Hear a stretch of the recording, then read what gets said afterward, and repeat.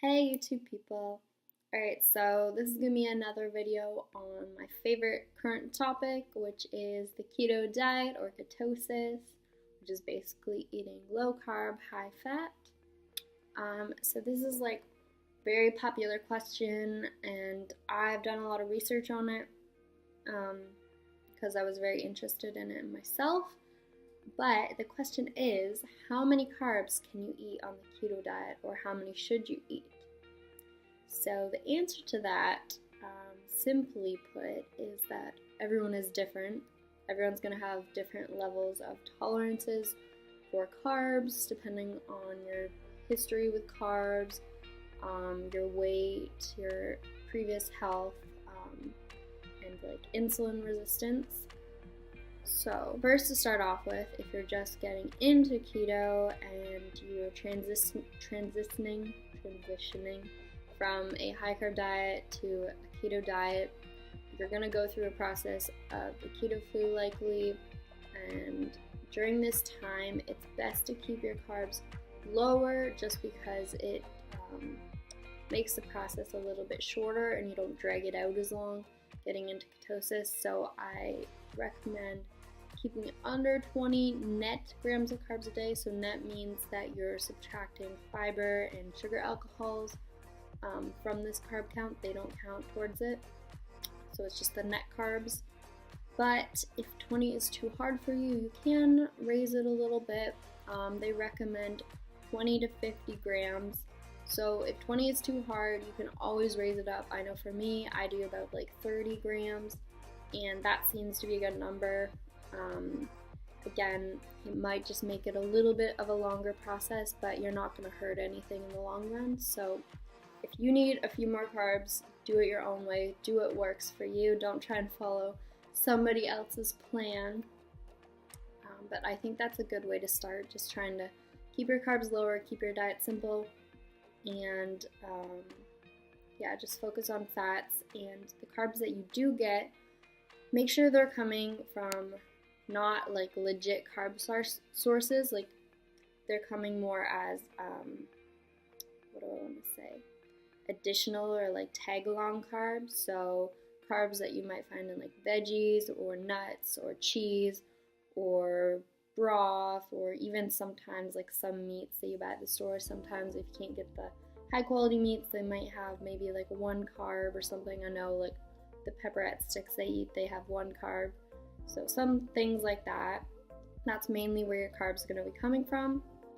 But again, your limit is basically 20 to 50 grams of carbs. It's a good way to start, and I always recommend net carbs just because fiber is so important, and I highly recommend getting 20 to 25 grams of fiber every day for everyone, just because it'll make your bowel movements and everything so much better, and you won't have to deal with a bunch of different gut issues. So definitely recommend going with net carbs, not total carbs, because you will be in ketosis. Net carbs do not affect that, fiber does not affect that. So yeah, that's what I recommend. Also though, so I said 50 grams of carbs was about the limit, but if you are someone who is like an athlete, or if you're just a very active person in general, then you might be able to get away with eating more carbs and remain in ketosis. It just depends on you as a person and your body, so you just kind of have to test it and see. But I'd recommend waiting a while, like I said, after the initial period, so maybe a few weeks or even a month or so after getting into ketosis, to start adding back a little bit of carbs. And the best time to add them back would be just before a workout, maybe like 25 to 50 grams of carbs just before a workout. See how that works for you. You should be back in ketosis within a few hours after the workout, if that works for you. So some people like that, just having some carbs before a workout, and that's totally fine. You'll still remain in ketosis. You'll use the carbs up.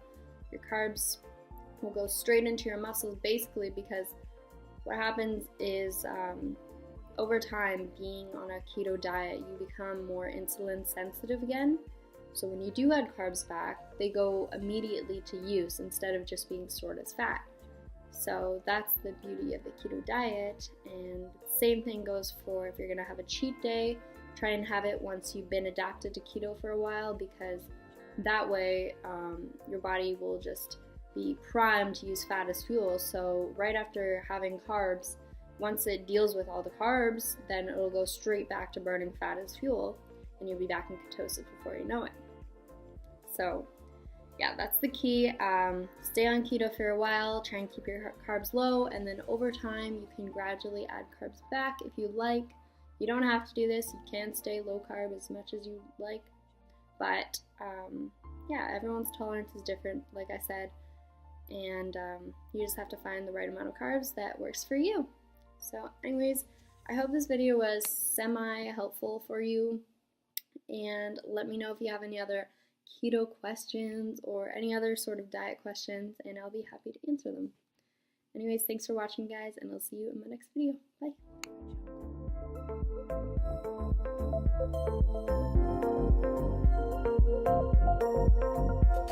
Bye.